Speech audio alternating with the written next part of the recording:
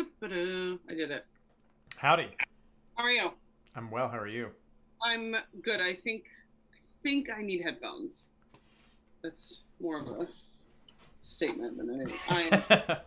I know though since we moved here, I've been using Spencer's desktop for like my video, and then my laptop um for like all my like looking at chat, looking at my team or whatever. And um Spencer's laptop is in here. It is gone. You need a webcam. Seems like a lot of work. It doesn't. I'm just being. Okay. Can you hear my fan? Nope. Great. So fucking hot here. Well, where you live comparatively, I suppose you wouldn't tell me it's not that hot, but Hey Google, what's the temperature right now? In Richmond, it's currently 72 degrees. 72. oh, it's 84 right now. But I just feel like first of all, I think the Midwest is one of the most like ill-named ways to reference that area of the country, but I'll go with it because that's what it's called. But I feel like the heat is just a different type of heat. At least anytime I've ever been there, it's way different. It's just hotter. Blayne's the Midwest. I'm the South. Well, then it's even worse there. And I'm Let's say. humid. Yeah, it's way different. Okay, I'm doing my league, and then I will piece together teams. Reid, I'm borderline south. Yeah, I felt like you guys were pretty close. That's why I was like, go get the cars thing, Reid. I'm not sure. Reid, I'm not sure who's farther south, honestly. I don't know. No, Reid is. I mean, physically, it's probably Blayne. Yeah. Okay. If you're looking at a map, Springfield, yeah, I am. Because I'm Central Kentucky. Oh, then yeah, you're right. Yeah, Lexington and Louisville, all of that's kind of right on the same line as St. Louis and Kansas City. Springfield's about 2 hours south of there. Louisville. I mean, they're all kind of right in a line right there. No, I just mean the way you said it. Oh. How are you supposed to say it? Louisville. Okay. Yeah, you're south. You're south. You win. No, see, I'm kind of in Southern territory. If you actually start looking at the Civil War maps, there was one pretty good sized battle that took place around this area. We don't know nothing about the Civil War around these parts. Yeah, Okay, let's see here. Alright. Real quick. Get but the music. kind of that Springfield line right across there. That was one of those borderline areas. Although Missouri and Kansas had them on both sides of the border, and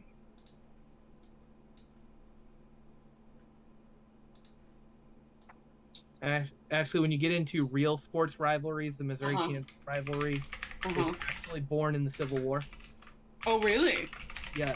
That's fun. Some Kansas Union troops came over and raided an arms depot in Missouri. So one of our guys ran back over there and burned down Lawrence. Ooh. That's a good. Like, yeah.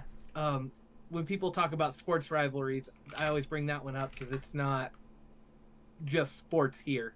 Sure. Let me see. Okay. I may have to go help Lily one more time really quick. That's fine. I am ready. I made this. Do you guys ever do this? I made like half a team when I was making the rundown, but like not a serious amount, and then have it made back to my computer, and I was like, well, shit. How do I want to fill the rest of this out? This week's a weird week for what I like home and away, like form versus away. Do you know what I mean? Mm-hmm. Like, Mukhtar's form is incredible, but I don't know that I like him away at Vancouver. Obviously, we're going to talk about this. I'm just saying, like, there's some players that I think I want, but I don't like that they're away. Do I look better, cooler? or warmer? Do it again. Cooler, warmer. I like warmer because I just feel like middle warm. Yeah, that one's better. The cooler one, like your skin tone blends in with your wall, which is not accurate. Oh, there we go. Yeah, that's so not true. You can see a little bit of the scarves. I'm going to do 2 rows. I think I don't know if I said there or not, but I'm going to do 2. I didn't see. I was checking the polling numbers. I wanted to see where I ranked. It was funny because I felt pretty strongly about it, and then I showed it to Spencer. He was like, "Oh, 3, easy." And I was like, "What is wrong with you?" Ended at 2 rows. Okay. 63% to 33% with 39 votes. Majority. I just get to see so much more of the scarf. Exactly. Okay. So. I'm wondering if I should put my head. Well, I'm going to start while we're waiting for Blayne, so we at least get the people going. I think I'm good. I forgot to mute it. This has all been. Hey, everybody listening, probably live and hearing us chit chat. Here we go. Oh my God, are you wearing a Never Villa shirt? Yeah. Shut up. Have you not seen this before? You're listening to the MLS Fantasy Insider, bringing you made an weekly appearance tips, tricks, and advice for the official There's no way I MLS Fantasy wouldn't have game. this. I feel like I have to fit here for it. You may not have been. Okay. God, I love it. I mean, after the week he had compared to Arango and some other players, I thought it was appropriate. Can you make me one that says situationally Villa so I can wear it with you? Situationally Villa. Yeah, I could probably do that. Honestly, this is just one of those cheap iron-on transfers from Walmart. I know, I love it though. It's the content. It's not the quality. It's the content. Yeah. That was the whole point. Like, I just threw it together one day and I was like, I gotta wear this. And Love it so much. but what color would situationally Vela be? A gold. Well, yours is black, so maybe a gold, right? Is that the opposite side of? I mean, you guys could ask the chat. Yeah, I forgot to mute everything before, so they got to hear everything. That's fine. Oh, and then we could make a white one too. That's always Captain Vela. Yes. Oh, I think we've got our new merch ready to go.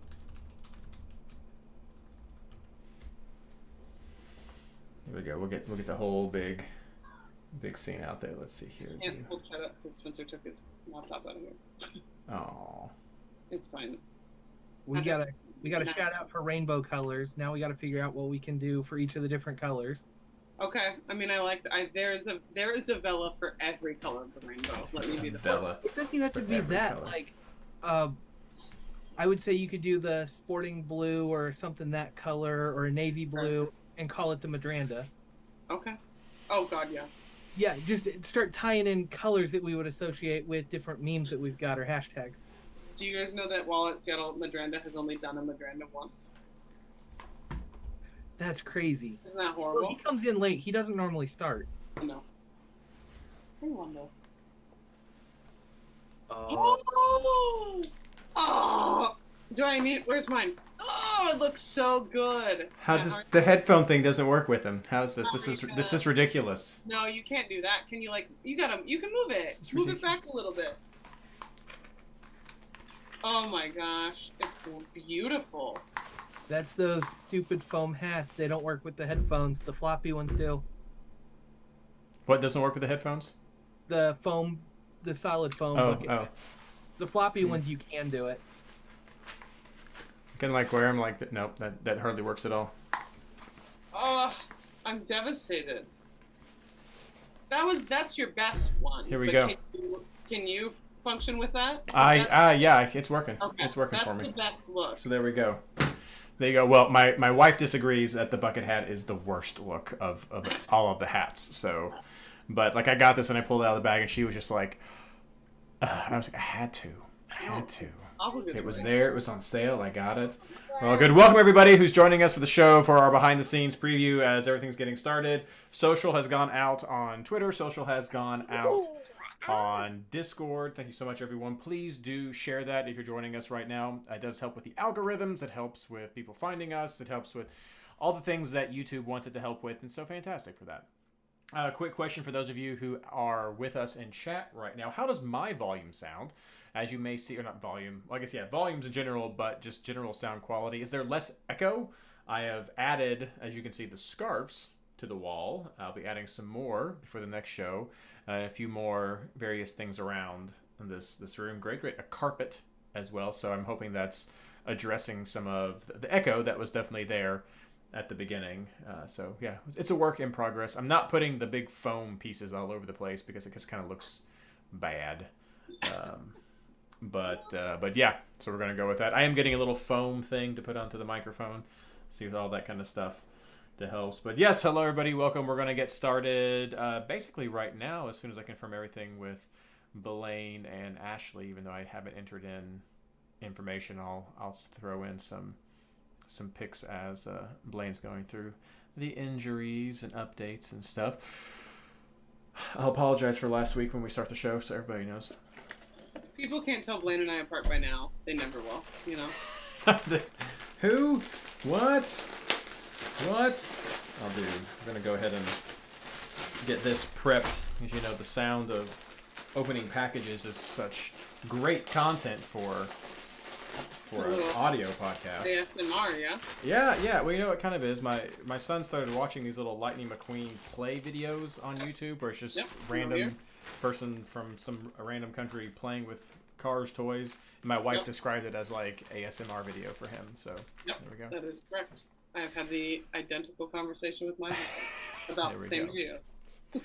All right, well, we're going to get started. Thank you so much, everyone, for joining us. Let's move forward. Hello and welcome to the MLS Fantasy Insider, our preview of round 24 of the 2022 season.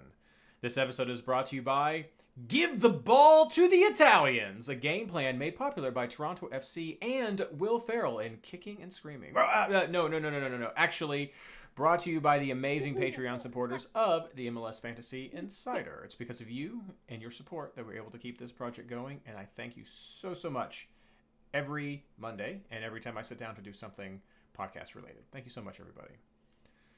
I'm your host, Reid Connolly from MLSFantasyBoss.com, and tonight I'm joined by my partners in fantasy, MLSFI Classic episode, if you will, Blayne Riffle and Ashley Savage. How are you all doing? I'm good. Yeah, I'm doing really well. Fantastic. Also, for those of you listening to us on SoundCloud or however you like to enjoy your podcast media, I am wearing a bucket hat. It's marvelous. Ashley is not. Blayne is. And my wife hates it. But if you want to check out our YouTube channel, MLS Fantasy Boss, and just see some of the video and some of the little random behind the scenes that you don't get to listen to as part of the podcast, head over. You can see that. Make fun of me. Leave a comment. It's all good stuff. Last week, as you all may have seen, we did not have a podcast. Thank you so much to Andrew Carlard, who put out a little video on his own that I did share through Twitter, and some other people did, so thank you so much for that. I had a little last minute sickness. Just Baby Roo wasn't feeling too well, had some problems, and so I had to assist Mrs. MLS Fantasy Boss to address that, and we just weren't able to get the podcast going. So you know what? It happens. Blayne had some stuff going on as well, and so we just thought it would be better to call it instead of send poor Ashley through the four technical difficulties. I was just going to echo really quick. The one time that I had to run it on my own, technologically, it was subpar. And I did not think anyone wanted to listen to me talk alone about fantasy for 45 minutes. So I figured. But yeah, we know it was a big double game week. Which sorry that we weren't able to get some stuff out, but life just hit us all with a big sledgehammer. But we are back this week, and we are looking forward to putting out the content and talking about what did happen last week. It was kind of a crazy round. If you're in chat, please do share your scores with us. And Ashley, kick us off and let us know how you did. Yeah, I felt like I dodged a couple big bullets, watched my score throughout the weekend, felt pretty good about it, ended on 140, thought, look at you, Ashley, pretty decent week. And then I looked who I was playing in head-to-head, and I was playing Blayne, and I won't say his score, I'm going to let him have that. But let's just say I did not win that head-to-head. I won the rest of the head-to-heads, which I was pretty content with to just miss out on the one to Blayne. It's a MLS Fantasy Insider derby, so obviously you want to win it, but what can you do? But yeah, I hate Carranza, and 140 can't complain too much. What was your round rank or week rank on that? Like 205, something that I was like, not terrible, but yeah, I mean nothing. I didn't screenshot it, right? Yeah. Yeah. Yeah, I feel so bad because I dropped a 155 for week rank 12. Hammered on me 155. Am I right? Yeah. Actually, I think I had forgot to prep this beforehand. I think you had the second highest score in the experts league. I do. I sure did. Yeah. I hate that. I really hate that.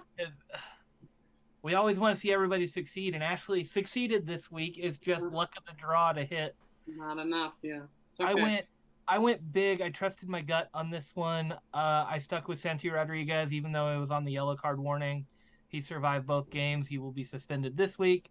Osorio was my worst score with a 6. I ended up throwing Carranza on the bench and just leaving him there. I left Gazdag in as a starter, which it paid off. And then my back line just hit like crazy. Wagner was my weakest one with a 12, Martins with the 16, and Palacios with the 15. Mm-hmm. We talk about this all the time. Go with your double game week players, even on these. I know Mukhtar beat out a lot of guys, but take those safe double game week bets a lot of times because every once in a while they just hit. And this week they hit big. And I think, my two biggest mistakes were Osorio and I captained Arango over one of my midfielders. But Santi on a yellow card and Gazdag being so hit or miss, I wasn't about to captain Heel in this round. So I just went with the forward I thought had the best chance to get multiple goals. He got me an 11 doubled, so that's not terrible. But I said it in our host chat, and I don't remember, one of you gave me a laugh, but I was considering captaining Wagner, who would have been by 1 point, so 2 as a captain, a better captain than Chicho, because you and I both captained Chicho. Yeah. Yeah, it was an interesting week for who should I have captained? Yeah. As for myself, I had a mixed bag. I went heavy with LAFC attack, so I had Cifuentes, Arango, and Vela. None of them captained because, like I said, baby was sick, so I just threw up a basic team of 11, and that was it. So I didn't do any kind of switcheroos or anything. I just threw up a team, and that was it. Got 127 points off of that. Drew 2 of my head-to-heads, strange enough. Won my experts, but got beat to a lot of people in the 130s. You are probably looking for a score in the 130s this round to really have had a solid chance at some victories. The 120s probably a little bit lower than you would have hoped for. But still, I had Blake, I had Wagner, I had Martins there with 16 points there. I had Gold, I had Gazdag, I had Reynoso, so I had a lot of solid things. Did have a captain on Gil because that was some early thinking I was doing on Monday that I never got a chance to get back to. But had the 9 doubled. Not it would be worse if I'd gone with Vela. So there we go right there. But some disappointment definitely for me with LAFC with these results. But we'll get more into that. Looking over at chat, a lot of fantastic scores. A lot of people in the 130s right there. I don't think I saw anybody come close to Blayne's score, but a lot of people in the 130s. So I think that's definitely where you were looking at. If you hit the 140s, which was definitely possible, as Ashley and Blayne both showed you, that you should have seen some really good results with that. Let's talk about our takeaways from this past round and our takearoos, if you will. And Blayne, let's start with you. Yeah, just a couple of quick hitters here. Nashville and Mukhtar are surging right now. He looks good. The team's looking better. There's bonus points all over the place on this team, so keep them in mind. I know we're all hyped about it. Philly's overperforming on offense for sure. Don't read into this what it is. They've had 2 monster games against DC, and that's been where the bulk of these goals have come from. They've beat up on some pretty weak defenses, and so it is great to see their attack doing this. It is great to see that they're becoming more and more trusted fantasy options. They're not going to do this every week, and they're not going to do this against the better defenses. But they gave you some good points. And then Sporting's attack is looking really good with the addition of Tommy and Agata. Agata's got 5 goals in 4 games now. We always try to watch those trends. Right place at the right time. We've got some playmakers out there with Shallowy and Tommy now and Russell.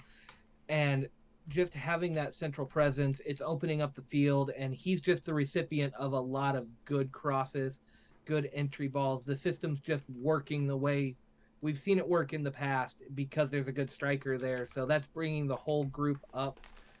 Defensively, Kansas City still sucks, but I mean, you can look for goals in this one in any of their games, and as these games open up, you might even see more and more goals. I know a couple weeks ago or last weekend there was a 4-3 with Austin. Just keep that in mind. The good attacking teams are going to be able to put some back on Kansas City, and those games have a tendency to really open up once one team starts scoring 3 or 4. Things can go really crazy really fast. Ashley. Yeah, I think the villains of the week for me this week were Sifu and Osorio. I think that a lot of us had. I know Oso was on a yellow card watch, so some people might have benched him and not reaped that. And then I think if you had Sifu, you probably didn't have either Palacios or Crepos, so some people might have avoided that as well. But those two were a real big disappointment, I think, across the board. DC United and Philly is like nothing I've ever seen. Those two matchups, just combined scores is crazy. I think I don't know who we take except for Taxi from a fantasy perspective from DC.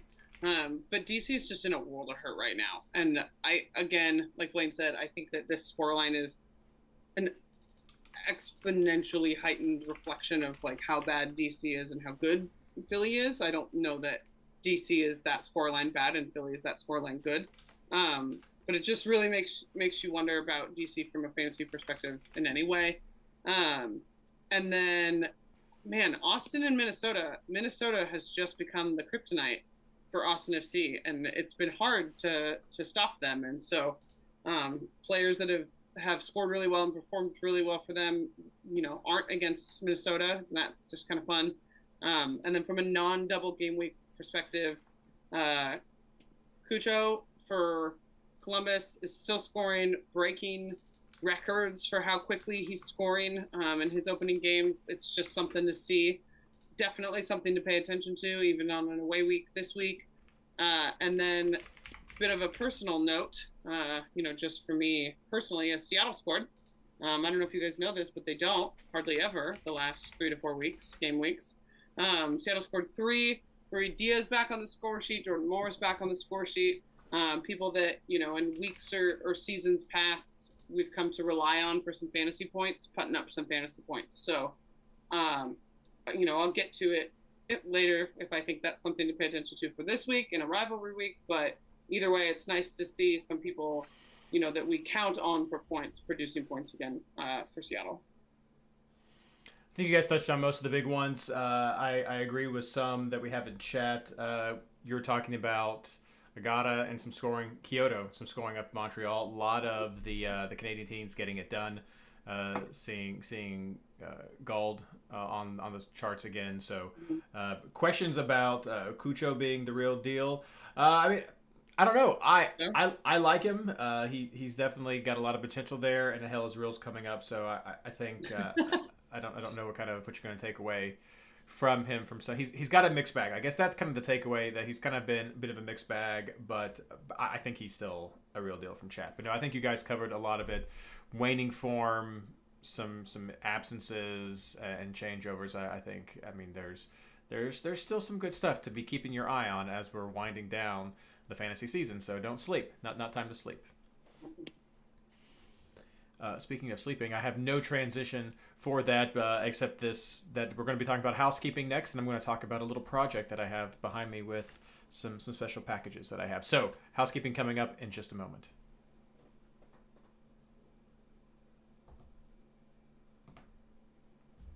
Yeah, I don't know what, in my head I had something in mind and it just left, and I was like, yep, nope, that didn't work. I mean, you've watched Blayne and I do this. We don't have transitions, so and I'm proud of you. Where has Zella gone? We'll talk about that, William. Yeah, we'll hit that one up during our midfielder section. Fair. So Guy takes 1 week off, Let him. We'll let Ashley talk about it during our midfielder section. Mm-hmm. All right. Do I have him? All right, let's talk about housekeeping for round 24. First, a little bonus. For those of you, again, watching on the podcast, you will see the stream. You'll see that I've had some scarves in the background. I had a poll posted on Twitter recently, and I was asking how many rows of scarves I needed for my sidewall here in the MLS Fantasy Boss studio. And I think the winner was 2 rows, and I think that's what I'm going to go with. The bottom row, though, the top row, clearly I had one interaction on Twitter saying, do they have to be Cincinnati scarves? Yes. The top row has to be Cincinnati scarves, but the bottom row is going to be some special scarves. I have been trying to collect as many of the MLS Cup champion scarves as I can, and so it's involved a lot of eBaying.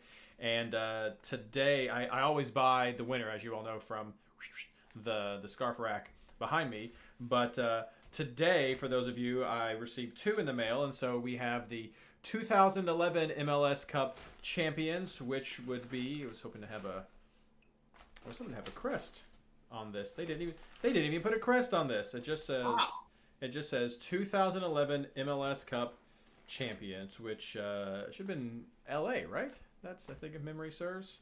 They're supposed to be the Can't colors. tell. Could be tell. any yellow. Lame. I'm pretty sure it was LA, but got a 2011 scarf in today, so that was fun. And then the other one that I got, the 2012, and that one is indeed LA. I think that was their back-to-back here, so I think I got the 11 and the 12. But yeah, I got a 2011 and 2012. The oldest one I have, I think it's 05, and I believe is a Columbus scarf. I got one of those, which is pretty cool, even though Cincinnati, but kind of an old school 05. I forget when they actually first started making them. I know there's some Houston ones. There's a Colorado one that goes back kind of far. But maybe I'll get pennants or something after that. But I'm trying to collect some sort of bit and piece from each of the cups. So that's where that's at. Quick little aside right there before we get into our housekeeping, as we're going to start with the results from our. Blayne? I may have a spare 13 Kansas City that I could ship your way for the wall. I think I have that's the first one. I think is when I got it. I think I've got a 13 Kansas City. Do you have a Saunders one? Because I also have multiple of those. I think I've got everything from Sporting Kansas City and 13 up that I've purchased, and then it's just the older one. It's anything pre. I'll post a list for the people. I'll post a list of what I have and what I'm looking for, and we'll go from there. All right. But let's get back to the results from our Experts Invitational, and it is Donuts who has retaken the lead there. It's kind of bouncing back and forth between Donuts and Ryan with lineup IQ, but Donuts is back on top with an overall record of 17-2-4. We're pretty solidly in places where we're no longer having doubles of the overall scores, and lots of times it's points, but we're pretty getting to an area where lots of times it's just your score. People are starting to pull away. But 17-2-4 for Donuts, who is currently leading the MLS Fantasy Insider Experts Invitational League. Then heading over to our Pro Rel Leagues, over there in the Champions League. Still on top, we have Patrick Smith with a record of 17-1-5. Ashley, what about the veterans? Yeah, Sloppy Steaks. Keep holding tight on that lead. 16-1-6. He's they have that league on the one draw. So there's a lot, 4 different teams with 16 wins, but Sloppy Steaks creeping in with that one draw, so still on top for another week. Blayne, what about the Development League? It's still McBean All-Stars right now. He's still 5 points clear at the top of the table. There's a lot of turnover right behind him, but he's got it locked up for now, and with this short time, I don't know if he's going to drop 2 games in order to give this up. It's a battle. And heading over to, of course, the Pro Rel Waitlist League, it is still Wawa Weewa with a record of 20-3, tearing it up in the Waitlist League. So congratulations, everybody, for your successes, and everyone who is playing. I hope you're enjoying it. I know it's been a lot of fun for us, and we're gonna keep it going as long as we can. Let's start talking about the actual nuts and bolts for this upcoming round 24. It all starts on Friday, August 26th with 2 games. we have Austin FC versus LAFC at 8 o'clock p.m. Eastern Standard Time. And then a couple hours later, we have Portland versus Seattle. Cascadia Derby right there It's at a 10 big o'clock. game for standings, too, if you care, because those are the two Of best, course. two of the three best, I guess I should say, teams for Shield. And then, yeah, that's a big Western Conference one for sure. So that kicks off on Friday, and then we have a large amount of games, several games on Saturday, and we wrap up everything with 3 games on Sunday. So a good spread, a lot of opportunities for switcheroos and auto-roos right here, so definitely consider that. No double game week teams this week, no bye teams this week, so just keep an eye on who's starting and what days are starting, and for some games, the times. We'll get into that during our player pick section. But yeah, just keep an eye on everything, and you should be able to have a much more relaxed round after this huge double game week that we just had. So, but of course there is a double game week, multiple chances for people to have injuries and cards and all sorts of stuff that is going to impact who you do select for this upcoming round. And Blayne, let us know who is on the list that we have for this week. Yeah, got a couple of names that were interesting to come in. Ricky Puig made his debut for the Galaxy, and then Brooks Lennon was back and started on the weekend for Atlanta, which is huge for their defense. He's an offensive power for the defenders too. Picked up an assist and 3 bonus points in his first start back, so he got an 8 in that game. Red cards and suspensions. We've got several players out with yellows and 2 red cards in here, but Nwobodo for Cincinnati, Acosta for Colorado, Ilie and LAFC, Santi Rodriguez for New York City, Miggy Navarro for Chicago, Archer for Columbus, Pereira for Orlando, and Nathan for San Jose. All big game changers for their teams and really change up how those teams play. So that's really good to have that list. As far as injuries go, got a few question marks and a few that we know are a little bit more. Shaq Moore came off early. We don't have any updates on him. Watch the lineups there. Diego Rubio's got back spasms, and Pedro Santos has hamstring issues. Keegan Rosenberry's is unlisted at this time. Christian Roldan for Seattle was a sports hernia. They're saying short term, but potentially day to day. So just keep an eye on him there. And then Alfredo Morales for New York City is an upper leg injury. And Ranch was kind enough to put in there, this is the final week of FCL Qualifier 4. Oh, good update. Yes. Yep. So that's it. So what that means, everyone, is this is the final week to be in the top 50 teams. And if you are, then you are going to be in the Fantasy Champions League. There we go. And that means the top 200 players that we've had from these first 4 quarters are going to duke it out for even more MLS Fantasy prizes. That's basically the same prizes that are up for grabs for the overall league, and it's, again, for the Champions League. So 2 shots at prizes. It's double game kind of situation right there for prizes. But yeah, that's what it is, and it should be a lot of fun. Should be a lot of fun for those who make it and don't scrub out like me at the last moment. So, but both Blayne and Ashley are going to be in it. So tough competition right there. Yeah, Blayne, have you clinched? No. No, Yeah. Don't jinx me. I'm sitting after this 155. Jinxed. I'm sitting at 28 of 50 right now. I'm about 6 points clear of the 50th rank cutoff at the moment. So Yeah. I've still got a lot of work to do this weekend. We have a bit of information coming in from chat. They were asking about Maxi Morales, and they said that he has been injured. So also keep an eye on him if that's someone that you're looking at. Yeah, he's one of those. I almost put him on the list. He didn't play the second game of the double game week, but he's been rotated a lot during double game weeks this year, and I don't know whether it's because he's been injured or if they're trying to prevent more injuries. So just watch that, but with Santi out, I'm expecting him to go. There we go. All right. Well, we know why everyone's here. We've done our intro. We have talked the fun things with the leagues and the takeaways, and now it's time to talk about players who we're going to be targeting for MLS Fantasy Round 24.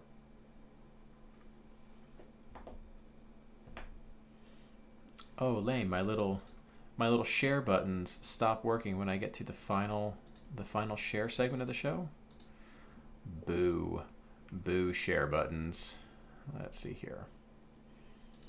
I will find those real quick.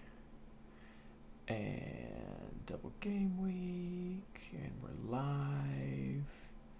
Yada yada. Copy.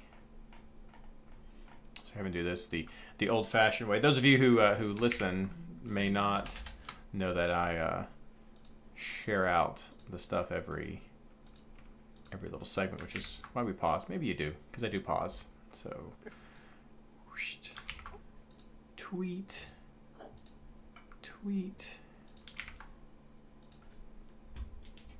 and a message from Mrs. Fantasy Boss. In trouble? No. Baby Roo went to his room and came back out with the little stuffed C-3PO and stuffed R2-D2 that we had that he wanted to take to bed together. So Yeah, I did. one of us. Together. They gotta stay together. One of us, that's right. All right, let's do this. All right, let's talk player targets for round 24, starting as always with keepers and defenders. Majority, not many. We have a couple of double ups, a little bit of variety here, so looking forward to seeing what chat has to offer. But for the majority, we are all looking at Dane St. Clair as a keeper, either part of a keeperoo or not. And then when it comes down to defenders, we all have Wagner and Lennon as targets, but after that it gets a little mixed up. So Ashley, who are you looking at? Yeah, I like we said, all of us are looking at DSC at the front end. Let me just clarify that by saying I'm not touching a keeper or a defender from Austin LAFC or Portland Seattle. And normally I do like to, if there's a Friday game or whatever, right, I do like to try to look at that lineup and see if I think that there's something just kind of for timing wise. I don't want anything to do with either of those games defensively. So the early game on Saturday is Minnesota at home versus Houston. I like that game enough. It gives me enough time to adjust if I need to. If I do need to adjust, I'm adjusting to Andre Blake. I don't know what's going on with Diego Rubio, but I think it's affecting that attack. I think that I like Philly at home on the swing that they're on enough to hold a shutout. Blake's expensive, but he puts up the points. So if St. Clair doesn't work out, I will put in Blake as my starting keeper. I like Kai Wagner. It's hard for me to not like Kai Wagner. Even on weeks he puts up a 3, the next week he'll do 2 assists and a shutout. So it's really hard to just drop him in any way from my lineup, for the last couple rounds. I think I like Brooks Lennon. Brooks Lennon was a player that, even though Atlanta wasn't posting shutouts, a lot of us were still going to for the bonus point production before he got hurt. I think he posted a 9 this past weekend without a shutout. I like that. I think, the injury makes me hesitant. I'm sure Patrick can maybe weigh in and tell me if I'm crazy, but I think I like him back in this lineup this weekend for the matchup as well. And then I like Aaron Long. I'm considering Fuchs for Charlotte.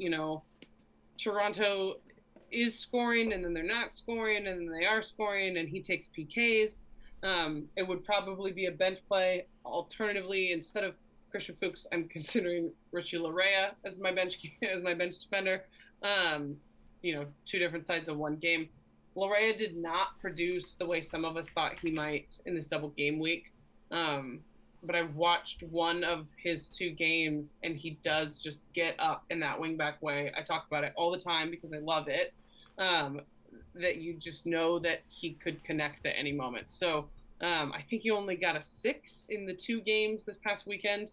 But I think going to Charlotte, I know they're in a little bit of a run right now. I think he could produce something offensively. So that last spot for me is going back and forth between Fuchs and Larea.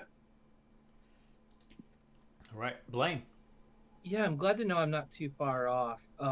Right now, I currently have Dane St. Clair to Petrovic for New England.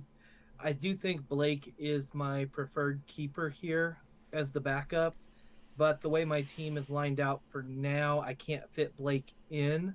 So it's got Petrovic is probably my third, and I honestly expect good things from St. Clair anyway, so I don't know that it's going to matter that much. And if you see the right things there, that frees up. If you're on Blake, that frees up a potential second defender for Philly, which would be a good shout for this week. I'm on Wagner. Lennon's offensive monster.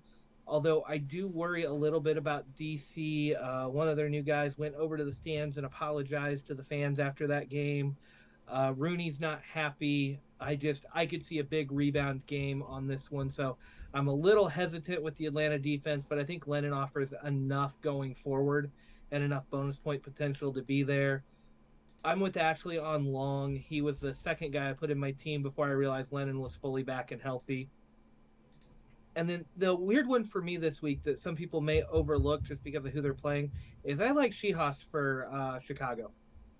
He's done really well goal scoring. He gets on set pieces. Montreal doesn't have the strongest defense, and they're not the best set piece defense. I'll probably defer to Ryan to see if I can get some more stats on that before the weekend. But he's one of those guys that picks up some bonus points and gets involved in the attack. And Mihailovic is set for a transfer. All rumors are is he's going to be loaned right back to Montreal to finish out the season. But he was, I believe, out of the country doing his physical for this last week. And I just don't know what's up with Montreal and where they're going with that midfield. It's just there's a lot of moving pieces right now. So I could see their attack being a little off one week. Chicago's been pretty good. It is a home game for Chicago. So I like Shihos' potential for set pieces and some bonus points here as one of those sleeper differentials that may actually do something really big this round. Nice, great additions there. For myself, I'm looking at Dane St. Clair as the only keeper. I've sort of switched a little bit. I like doing keeperoos, but at this point in the season, with keepers just being so expensive, and every now and then wanting to squeeze a little bit more money even into the attack with some of these players, I was just leaving a lot of money on my bench, and so I was looking at a Blake keeperoo option. But I'm just going with Dane St. Clair completely. And what I've done with that is I'm actually going with Wagner and Glesnes, going with two Philly defenders right there. So I'm still getting that coverage, but I just have it with the field players instead of using a keeper spot there. And I am also looking at Lennon. I'm going to scrub one of my defenders as I usually do. And for my fourth defender, it's a little bit TBD. Long is on the list that I was looking at, but I'm also maybe considering Zusi as well. It's kind of a long shot, but a lot of that is betting against DC United and to see if he can get some of those offensive points like he got last week. See if he can have a repeat with that going forward. Other than that, I mean, you definitely do have some options you can look at. Charlotte has had some success with defense lately. There is also that risk with Toronto, and so that's a little bit of hedging right there. I have no idea what to expect with the Hell is Real Derby. There's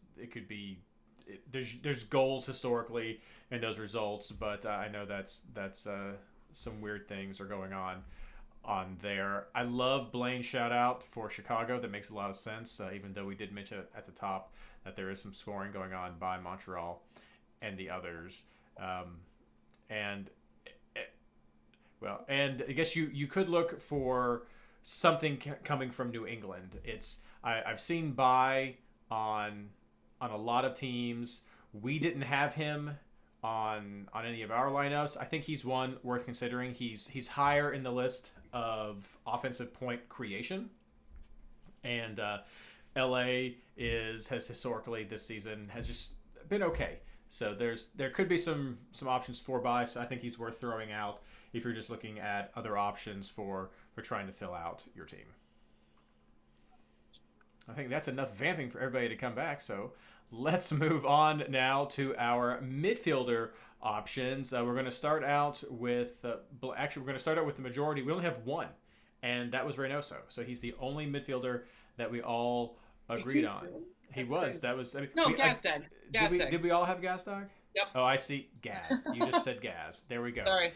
Yes, so Reynoso and Gazdag are the only two that we all agree on for this week, and then we have some variety there. And both of you, since we did have the specific question from chat, none of us have Zella, so if you want to say why, please do say why, just so that we get that content out there. So Blayne, you go first. Who are you looking at?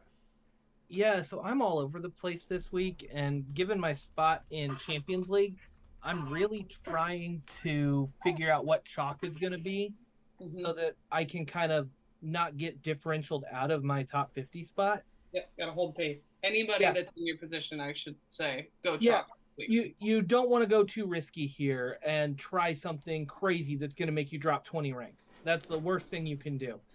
So I'm thinking, matchup wise, like Reynoso and Gazdag were the two easy ads. I think those are the best matchups of the week for midfielders. That looks easy.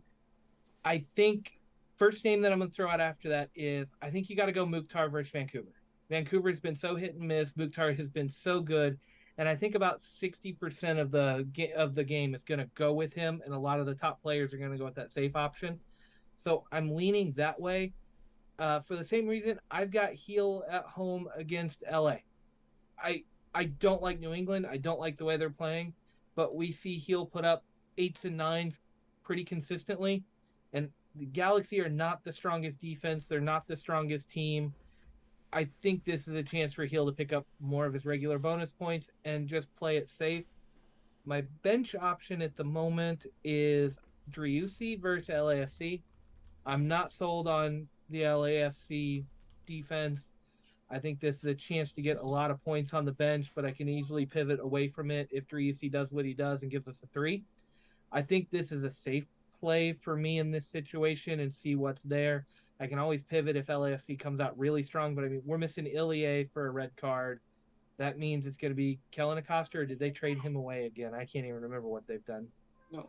Yeah, it's one of those like who's left in the LAFC midfield? Sifu didn't play in the second game of the double game week. Is he hurt? What's going on? No. Like I've got so many questions. I think you need to look at Austin here. And with those 5, Zella was out for me on that. With the news that Nwobodo is suspended for yellow card accumulation, I could actually see Zella jumping back into my lineup here. I think that Nwobodo fundamentally changes the dynamic in Cincinnati, and I think their defense gets infinitely worse with him out. I don't think we can say how valuable he has been to the defense and the structure of that team as a whole. So I don't think you're crazy if you're trying to look at Zella on the road to what we have considered a halfway decent defense for most of the season.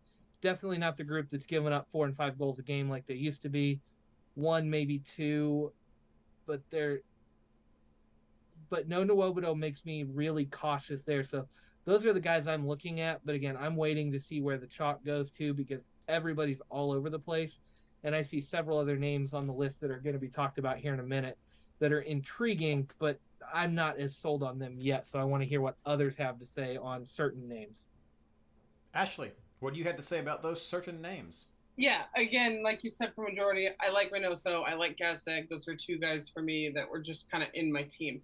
I'm looking at Morgan for Red Bull this week. I like what he put up. Now, he got benched for the second game of their double game week, which pissed me off because I started him. At the end of the week with 10, it was okay because he scored in the first. But I do want to make sure that that's just a rotation thing. I like Red Bull at home at Red Bull Arena against Miami. I think Miami is on the up. I think that they're performing better. I still like him at home in that matchup. I also alternatively like Almada for Atlanta at home against DC. I agree with Blayne that I think this could be a bounce back game for them. But Atlanta really need this. I mean, we're running out of weeks and they are second to the bottom in the East. That is not where they want to be. That's not where the ownership wants them to be. That's not where Gonzalo Pineda wants them to be. They are Morris. They are basically healthy now. I know someone will tell me the 4 people that are still hurt, and I understand. But I like Almada and the Benz with that matchup. I am very much lineup dependent on Carlos Heel. I know he put up like a 7 the other week, and we all were like, no, he could still do it even with this lineup. If he is not in the middle as a 10, I will rotate him to somebody else. I just don't know that I think he can produce the same thing that we want him to produce, that we're used to him producing in this altered Renix-led attack that is the New England Revolution right now. If Bo's in, he's in, right? I think a lot of us feel like that. But if he is not in the position that we know Carlos Gil to thrive in, I don't think I want him this week. I am not as sold as Blayne is, even though it makes sense to me, on Mukhtar. Mukhtar, for me, is an MVP frontrunner, but Vancouver at home is doing things that none of us expect Vancouver to do. I don't know that I think he can go all the way across the country to that crappy turf in that little indoor arena and put up the same thing that he's been doing with that Vancouver team, finally getting a good lineup, getting used to what they want to do, coming off of a good productive week with their midfield. I don't know that I think he'll run all over them the way he has at home. The bulk of his, we've talked about this before, I think it was the episode where Patrick was on, the bulk of Mukhtar's production comes at home. At home, he is a lock. On the road, he's still had good rounds, but it's not the must own that he is, at home. And then, I mean, I'll leave some to you, Reid, because I'm assuming you'll have something to chip in because it's the Hell is Real Derby. But I don't think Zella is a bad pickup this week. But on that same token, I don't think Lucho would be a bad pickup this week. Alternatively, Zella, as we all know, can be kind of hot and cold, right? So he didn't produce this past week, where in a game where the team scored and he wasn't a part of it. He only has 7 points across the last 2 weeks. That's really low for him. But in the 4 games before that, he had a 16 and 18 and 8 and a 6. So, I don't know that I think he's in a slump. I think that this is a game where he could definitely produce. But it's still a road game. It's still a game Cincinnati takes seriously. It's still a game that Cincinnati, correct me if I'm wrong, Reid, is doing better in the standings. This is a game that... We're not last. Yeah. We're a playoff contender. Yeah, exactly. Yeah. So, I definitely think that this could be a good week for Zella and simultaneously Lucho. Like, for me, because of the matchup, those two players are kind of interchangeable this week. So, I think you could go either way, but I'm not ready to say that Zella's in a slump, if that's fair, but I am definitely ready to say if Gil is out of position the way he's been the last 2 weeks, I don't think I want him. I agree. Gil's not someone that I'm looking at as essential for the team. He's definitely not. I don't think an always captain Gil and always have Gil so it's maybe Nacho Gil. No, that was a brought to you by We Toyed with his brothers there now. Maybe he'll get a little boost there. But no, I don't think he is essential. He's not in my team. I'll address some of the other suggestions from chat first going through here. Mentioned Guld in that other side of that Mukhtar Vancouver there. I think he's definitely a strong option. Nashville has not been as solid as they have in the past with defense, and Guld has some good form. We know about his quality from previous seasons. So I think that's definitely one you could look at. You could look at some of the options from Austin. I know Driussi is one. He is the current Golden Boot leader by a couple of points over Mukhtar's number 2 with 16. He's got 18. So some options there. LAFC, some rotations for sure with this last double game week. So maybe waiting for this Austin match, but you definitely have options there from Austin to look at. Hell is Real. Okay, we'll get to that. There are goals in Hell is Real, and if you look at the history of it, it massively favors Columbus. You're welcome. It favors Columbus, but there's goals on both sides. 2 to 3 goals usually. It's around 4 to 5 goals total is how this is usually played out historically, and Columbus has been the victor the majority of the time. So I have coverage from both sides this week. I do have Acosta in my team. We already mentioned guys like Reynoso.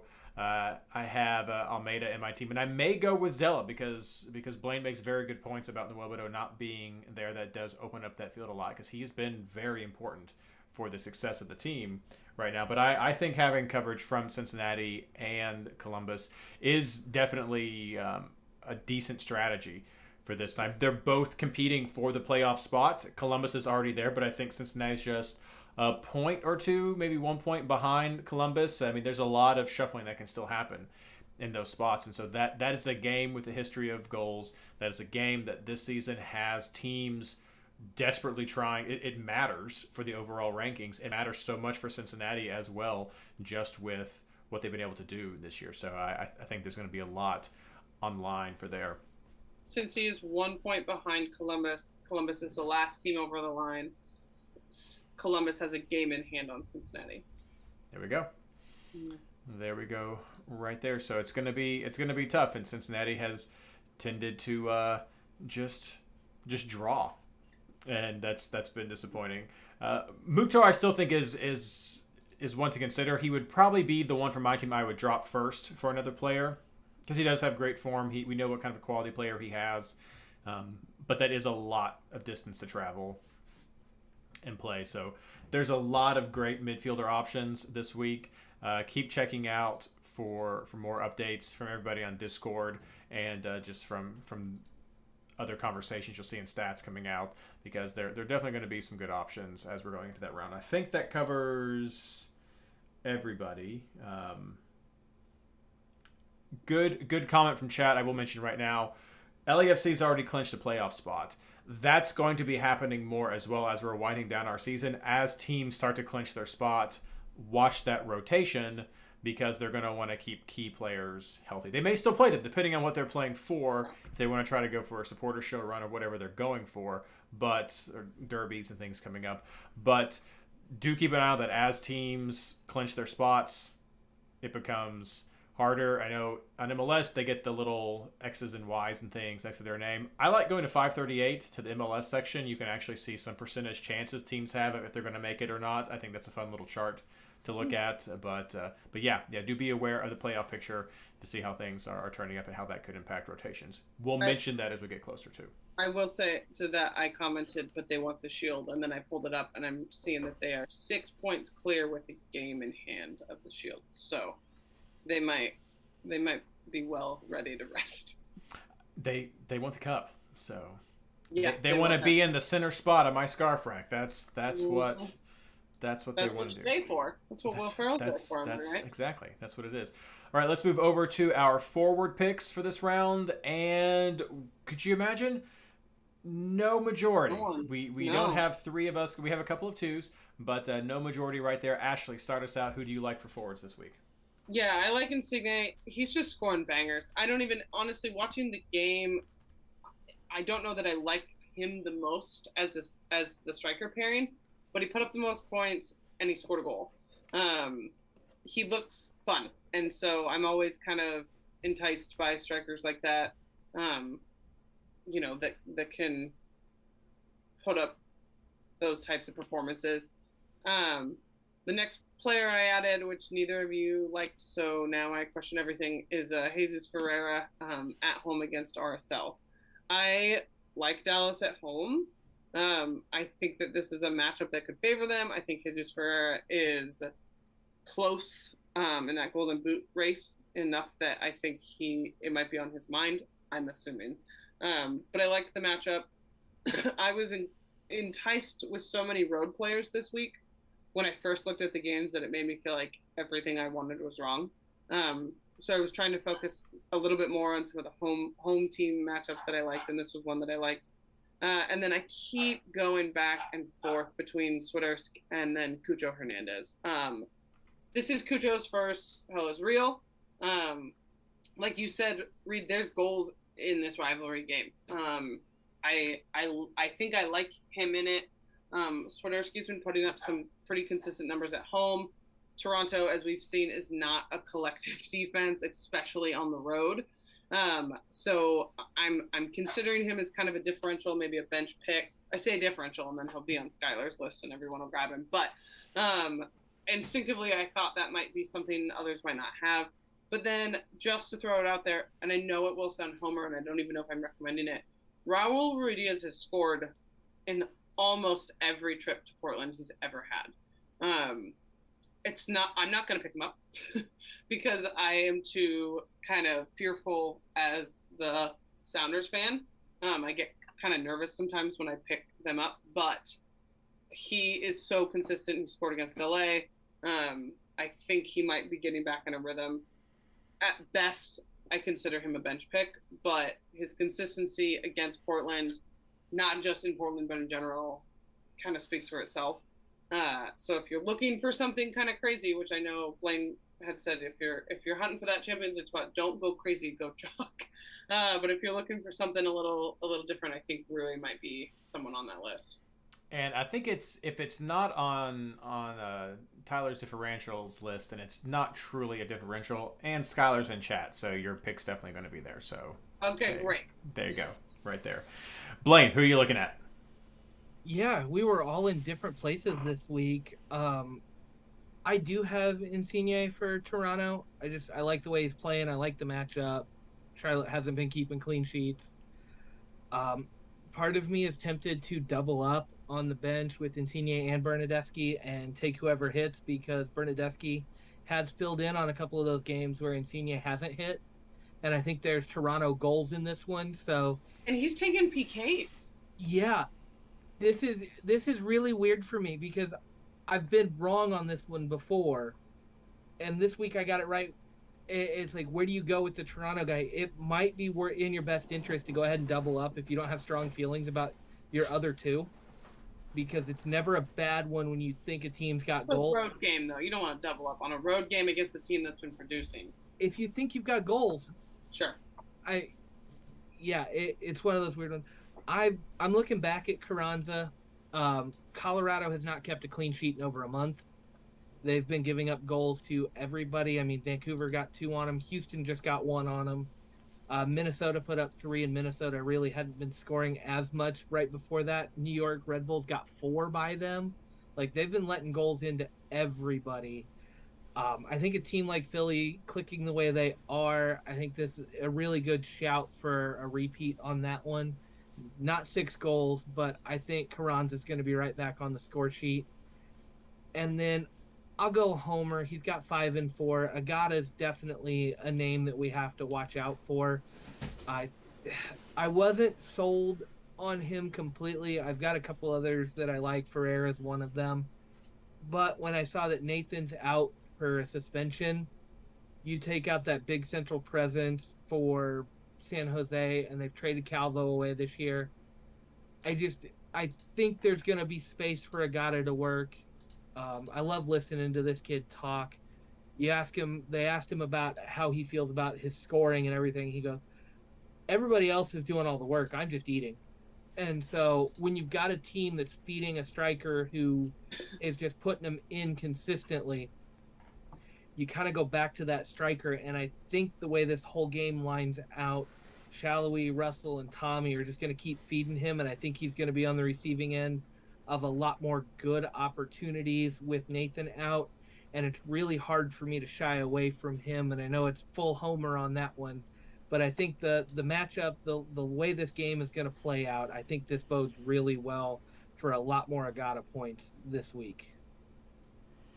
So I'd say you're not full of homer, because I actually also liked Agata. He was one of the overlaps that you and I had right there. I like his form, and I also saw that Nathan absence, and that was a big influencer in me targeting him. His price is also great too, so if you're still trying to squeeze some money out, that's a great value right there. A little overlap with Ashley, because she had this listed as a question mark, but I do have Cucho on my team. Again, hell is real. I expect there to be 4 or 5 goals in this game, so watch it be like a 1-1 or 0-0. Yeah, it'll be a 0-0. But no, I expect there to be goals with this game, and I will likely imagine Columbus is probably going to have the upper hand, especially with some of the defensive woes that Cincinnati tends to still be working on fixing, but some of those late goals and equalizers. So I do like Cucho as well. The third spot, I'm not sure. I definitely considered Insigne. I also considered Vasquez. The worry about the Cincinnati side is even though they just re-signed Vasquez, love that. Brenner's also been out there. He's been doing have some production. So I think there's some question about maybe where goals might come from on the Cincinnati side from the forwards. I feel much better about Acosta pick there. You could look over to your favorite forward from Atlanta if you want. I think that's an option with the DC woes and what's going on. So that's a total bet against DC right there, or going with your favorite person with Toronto. We also mentioned Kyoto at the start of the show with Montreal on the road to Chicago. Maybe Blayne made a great case though for why you might want to consider one of Chicago's defenders. So something to consider there. But there is some form right there if you want to look at that. Probably not the top three though. So I think that would be a fringe one. Definitely much more of a differential if you're looking at that. Looking over at chat, I think we've covered a lot. People were looking at. Yeah, don't forget Totti is not here anymore. So if anyone's looking for that, I don't forget. I think about it every single day. Ashley. Oh, too soon. He's scoring, man. I'm so proud of him. Yeah, Reid, you touched on one that was on my radar, but I ended up passing on him. I like Joseph Martinez for Atlanta this week, but my worry is with the rotation we've seen and with him being benched several times. Yep. I'm really worried that he gets benched for the DC game, and then where do you go? Because when he's benched, okay, Cisneros starts, but Cisneros comes off after 45 minutes. Yeah. The striker game for Atlanta has been a little tricky the past, I'd say, 5 or 6 rounds. Yeah. If Joseph starts, I expect him to go 60 minutes or more. I think that's enough for him to get the job done. If he doesn't start, where do I go? Hebert has not been starting for New York City, and I don't understand it. I told you this. We had this whole conversation. Yeah. He was scoring at such a great clip, and then they just bench him. Torito, I guess maybe, but I don't think New England's defense is poor enough, right? And then I don't think they're that bad. I don't trust the defense, but yeah, Kara against New York City, no. It's like, where do you go if Joseph doesn't start, and I can't in good conscience recommend that, knowing that there is a potential that he would not play. There's better options on Saturday, if was what you're saying. If he doesn't play, there's better options on Saturday, which you can't go back. Stuck if he doesn't play, and that's been my big thing. I really like that matchup. I think if that game was first game of the week, he would be a lock in my roster. But so there's 2 things you could do if you like it, right? You could start him, and then hope your bench hits. And if the bench hits, you scrub Yosef's your first scrub, right? Or you could use him as a bench play, and if he doesn't hit, no harm, no foul, right? Yeah. Just throwing it out there, guys. Tactical suggestions if you're interested in Joseph Martinez. He's definitely one to consider. I mean, DC is whoa right now, so lots of stuff. All right, let's some conversation in chat talking about again Vasquez. I mean, yeah, Vasquez has got 5 goals in his last 5 games, but it's 5 goals. He's not scored a goal in every game. He had a brace against Miami. Brenner had a brace against Miami as well. He's on good form. He's in reaching distance of potentially a golden boot to see what things are going on. So not a bad option. You're just sort of looking at you could definitely go with him. I think there would be goals on both sides, and he's definitely one who could produce. So not a bad pick at all if you want to go with Vasquez, I think. Yeah, Vasquez Brenner's in that same boat with Toronto. It's like you almost want to take both and throw them on your bench, and you're betting on the game, not on the player. And you take whoever hits, and if they both hit, great. Yeah. If that's just one of those risky gambles that you're gonna 50-50 that you pick wrong. Yep. All right, let's wrap everything up with our captain picks. Blayne, who are you looking at? I poured over this for a while, and there's some good midfield options out there, but I think Ray gets the nod because he's at home against a somewhat weak Houston team, and just the way Minnesota has been playing lately, I think this matchup versus Houston is probably the best midfield matchup of the weekend for a captain spot. Now, I say that, and Fragapane is going to have the much better game. I know he's being talked about in chat a little bit. And he has scored a lot lately. He's outscored Reynoso in a couple of their recent games. And it's that old thing I've said for a while. When you're looking for them to score, Fragapane is usually on the score sheet more. Ray picks up more bonus points. But so that's always a worry in the back of my mind. But Reynoso's been playing so well lately, and the bonus points have made up for Fraga's inconsistency. So I'm leaving it on Ray for now. Ashley. Yeah, in his last 4 games, he's got a 15, a 7, an 8, and an 11. And he's only got on the score sheet 3 times in those last 4 games. I like Reynoso this week, too. I think that maybe I'm wrong. I don't know that there is a chalk captain pick this week. I think that there's a couple decent options where if someone told me this person was their captain choice, I'd be like, yeah, I could see that. For me, I agree with what Blayne said. I like the home. I like the matchup. I like the current run of form. So for me, it's probably going to be Reynoso this week. Yep, I agree. This is called a triple sweep. I also like Reynoso. They've both been fairly consistent. I think Ray's been a bit more consistent. He's missed a couple of games, and so he's got some zeros in there. But if you look at when he's played, he still has been getting that production a little bit more than Fragapane. Tough problem to have, I guess, for Minnesota. Check with Christian before you end. So that's what you would. But yeah, we'll see more about captains. A lot of us like Reynoso. You could potentially look at someone from Hell is Real. There's some good matchups there as well. So it'll be good to see more about this discussion. I think we could go back to the LAFC discussion. If Sifu's out, with Ilie out, if there are some injuries there, if Vela's not starting or whatever, depending on what they throw out, what LAFC throw out there, I think you may want to keep Austin on your radar on Friday night. If it's a heavily rotated lineup for LAFC again, I do think that pushes Austin possibly ahead of Minnesota for one of the better matchups of the weekend.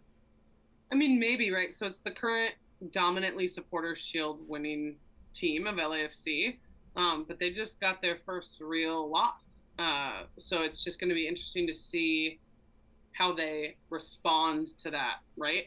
Do they double down and start everyone who's able to? Do they, are Bale and Chiellini no longer on, what's the term that they keep using? It's like pre-approved break or something. What is it called? It's like, there's a term, they put it under their names every time. It's basically whatever NBA uses.